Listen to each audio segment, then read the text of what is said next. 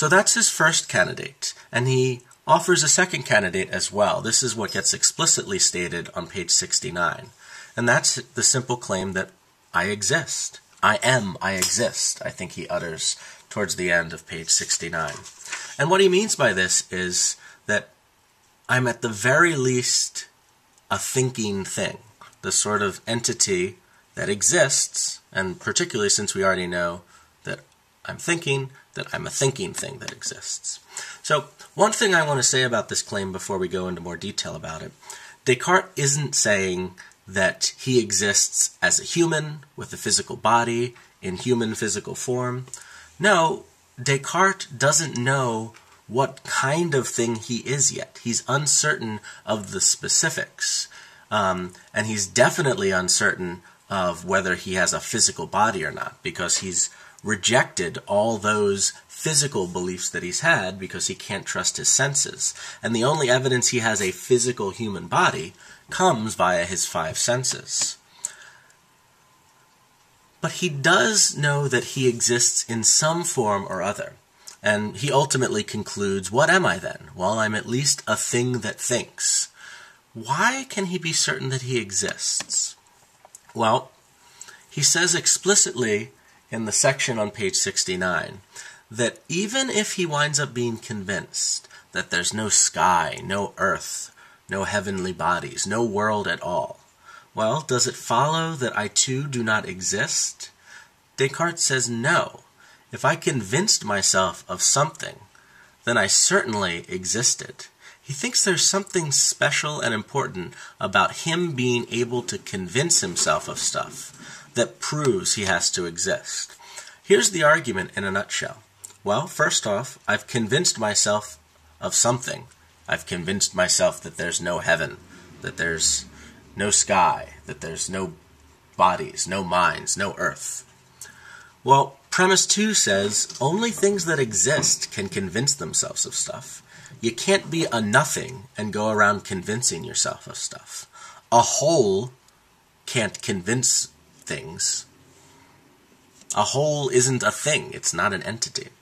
So he must exist because he's done some convincing, and only things that exist can convince themselves. Well, this idea of convincing yourself is just a fancy way of describing thinking.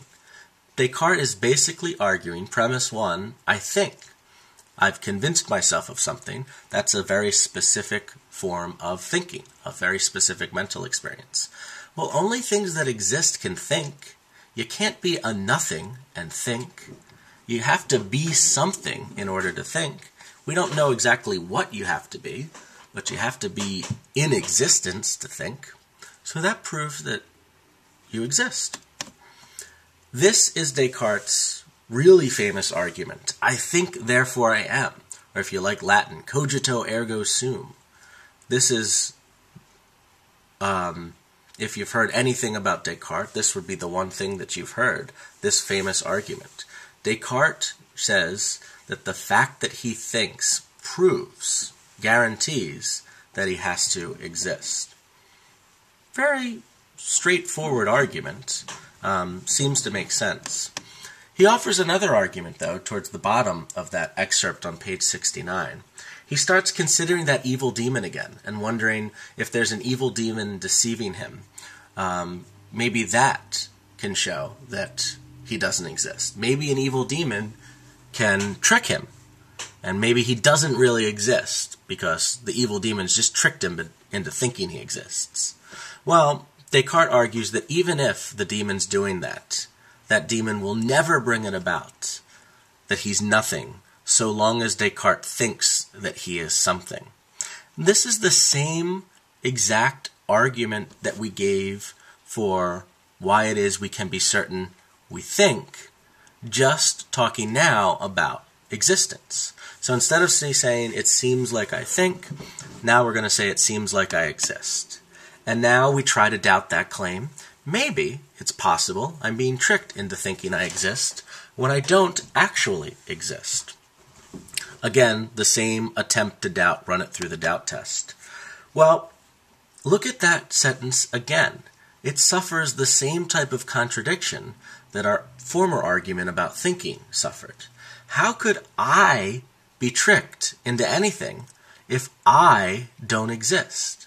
I can't be tricked unless there is a me there to be tricked. Again, you can't trick a hole. You can't turn to a hole and say, "You just got punked. What now, hole?" That doesn't seem to make sense. So it looks like we can't doubt it. We just tried to doubt. We failed at doubting, so it doesn't look like we can doubt. All right, again, just to highlight, the structure is identical. The belief in particular we're attempting to prove is I exist. Premise 2 is running that belief through the doubt test to see whether it passes or fails our certainty test. Premise 3 shows us that it passes the test. We can't doubt it, and that's a reason to think then that it is 100% certain. Again, all we've proved at this point for ourselves is that I specifically exist. Descartes can't use this argument to prove that you exist, to prove that other people exist. They all might be non-existent entities, just figments of his imagination. But Descartes himself, because of the uniqueness of his first-person experience, and he knows he is undergoing these first-person experiences, can know with certainty that he exists. Just as you, when you realize you are undergoing these experiences, can know 100% that you exist. So this is Descartes' foundation. He feels he can be absolutely 100% sure that he's thinking and that he exists. And each one of us can be 100% sure that I think and I exist.